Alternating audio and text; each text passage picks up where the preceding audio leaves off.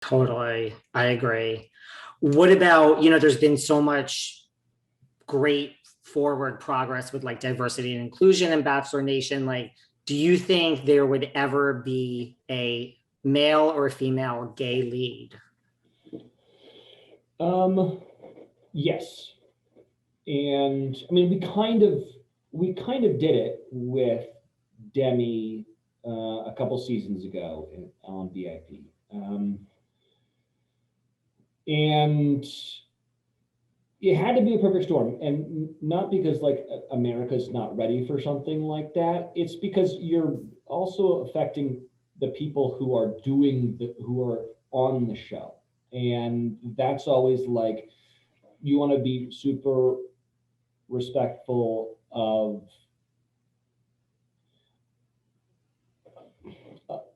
how they feel like they're being perceived by the world. And so that was something that was tough because you had Demi, who is bisexual and or fluid. You had Derek, who's very straight but very like woke, white male. And then you had the woman that she was kind of with before the show. And so it was tough because we had to bring on someone who wasn't really part of Bachelor Nation, but it was a problem between Derek and Demi's relationship that Derek couldn't really understand. And for the only way that we could make Derek understand why he was maybe not getting to the place that he thought he should be getting with Demi was to be able to kind of show him what the problem was. Which was that she kind of had this relationship that she was kind of like pushing down before the show started.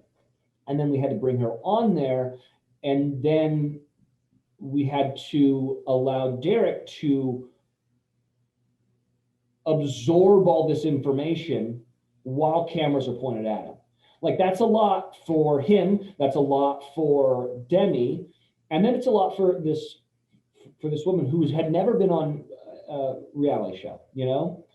And so this is a very long-winded way of answering your question, as there are so many more levels of there's much more nuance, I think, than you would realize, and just like, yeah, it'd be great if we had a same-sex, season, so I say that I definitely think that it will happen. I just, yeah, I don't know. I don't know if it makes more sense to like keep on working it in through Paradise. That seems like that's the place to do it. And then yeah, maybe one season, or just have like a whole different franchise, like same-sex Bachelor and same-sex Bachelorette. I don't have the answers. I am not paid enough money to make those decisions, but I definitely hope so. That would be, I would really, really love that. I think, and you think America would be ready for that, or the world watching? I hope so. I would hope so, but that's just Yeah, me.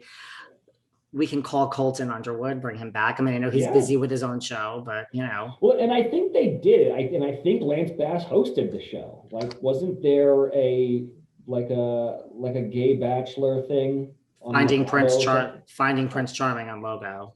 Yes. Yeah, But Logo is different than like ABC and, for sure. 5 million people watching. And when you get into the numbers of it all, Yeah, just saying. I agree with you. I pray to God that we are there as a society.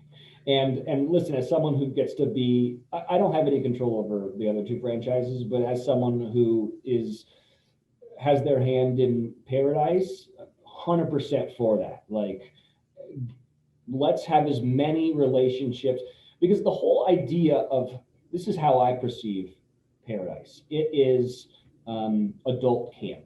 It's like, it's a singles retreat, if you will, and it's supposed to be a microcosm of the real world.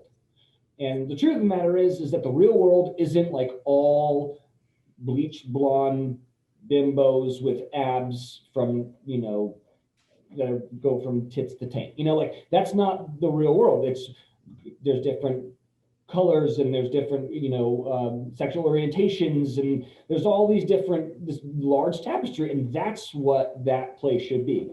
And the other thing is that I've learned is that everyone thinks that they know what their thing is, like their type is. And I always have to remind them, dude, if you were right about your type, you wouldn't fucking be here. The reason why you're here is because you don't really know yourself. You know, if you did, you wouldn't be here. You'd be happily married, living in the suburbs. And so maybe it's time for you to like venture outside what you think you're supposed to be into. And it's always when they do that, they find like their lobster. And it's always like, no one ever thought this was going to happen. Oh my God. But it's always the truth of this matter is that like opposites attract. And, you know, the reason why you've been terrible at dating is because you have been dating the thing that you thought was right for you. And guess what? It hasn't worked in the past 15 years and it's probably not going to continue to work. So let's just make the show as weird as possible. And that's my theory on That makes sense, right? Like if you were so good at this, you wouldn't be here. And my mind also just goes to like if they had like a bachelor or bachelorette and like the lead wasn't gay but was like bisexual, and then you had like say you had a man, then like the daters could be men and women in the house. I don't know. It could just be a messy house. There would be a lot going on. That's where I mean that would make for great TV. It'd be like Paradise almost like infiltrated into the Bachelor. Yeah. That's just where my mind goes. But okay, so here might be a problem. Because I like that idea. And I've been like pitched this before.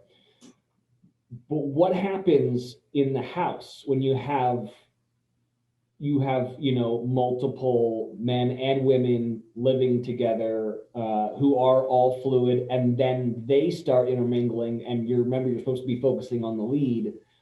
But that's what I mean. That would be such good TV. It would be like, you're not wrong. like, wait a second, like we're leaving the show together because this is like, people would be like, I don't want to go on the group date today. I mean, they would want to, but when they didn't, it would just be so, I don't know, right? Like that's the whole point of it.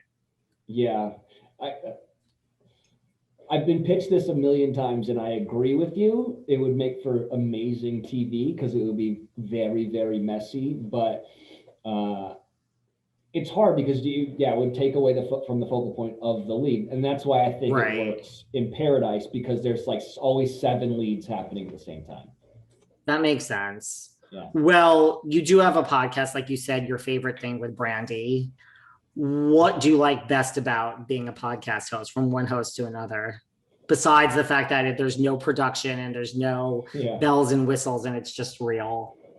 You know, when I was in radio, I had a bunch of different program directors, and that's like, you know, in radio, that's your boss, and that's the person that tells you like kind of what you're supposed to play and what you're kind of supposed to talk about. And there was, I remember going into like a meeting about like my show, and there are like weird radio rules that a lot of people don't even realize, but they do exist. And it's like, you really are only supposed to talk for about 15 to 20 seconds, because that's what we figured out as being the attention span of the average idiot driving in their car. So we need you to get into your bit, do the meat of the joke, and then segue out and do a song in about 20 seconds. And I remember they put stopwatches on a lot of my stuff, and I was more long-winded, as you can probably tell from just this interview. And what I like about podcasts is I like that it is just like a long form morning show. And so, yeah. And what's funny is that those program directors all would be like, no, you stop talking so much. And now I'm doing this show and I make more money than I ever did doing like the #1 morning show in, you know, Nashville.